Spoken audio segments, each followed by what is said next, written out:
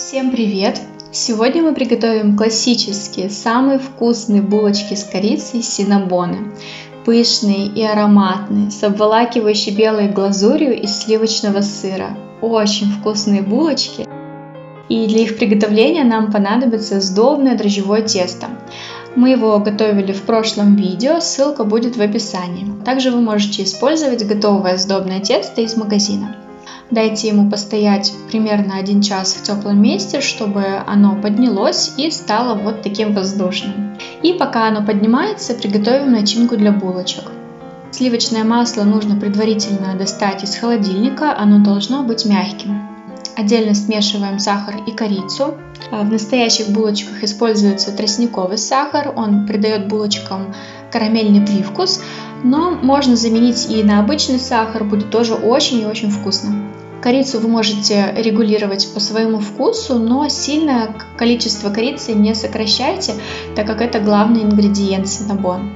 Спустя час тесто прекрасно поднялось, перекладываем его на поверхность и начинаем раскатывать в прямоугольник.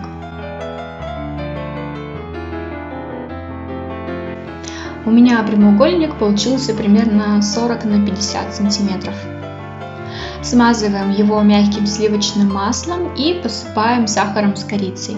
Равномерно распределяем. И с одной длинной стороны мы отступаем пару сантиметров, чтобы в конце мы смогли защипнуть край. Затем скручиваем тесто в рулет.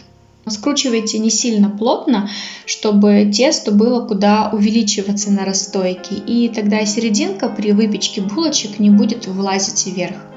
Хочу также поделиться с вами одним интересным фактом. Для приготовления оригинальных булочек синнабон используют специальный сорт корицы Макара. Он выращивается в Индонезии. И такая корица имеет невероятный аромат, поэтому если вы найдете такую корицу, не подделку, считайте, вам очень повезло. Тогда у вас просто самые ароматные булочки получатся.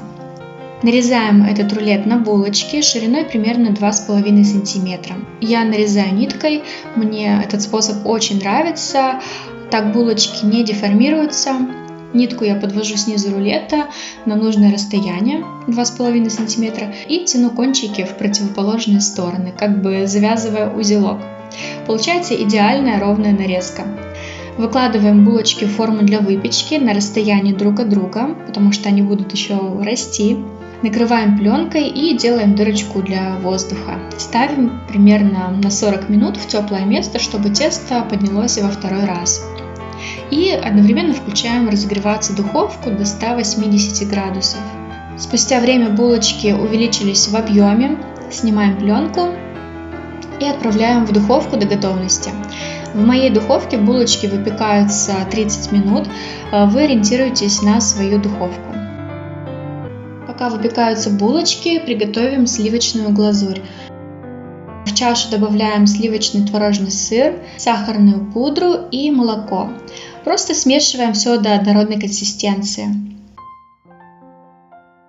Булочки испеклись, вот такими красивыми, румяными они получились. И сразу же булочки горячими смазываем глазурью. И глазурь будет просачиваться между слоями, соединяться с начинкой. Это сделает булочки очень влажными.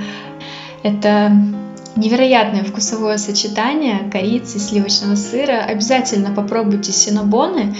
Я желаю вам приятного аппетита, хорошего настроения. Всем пока!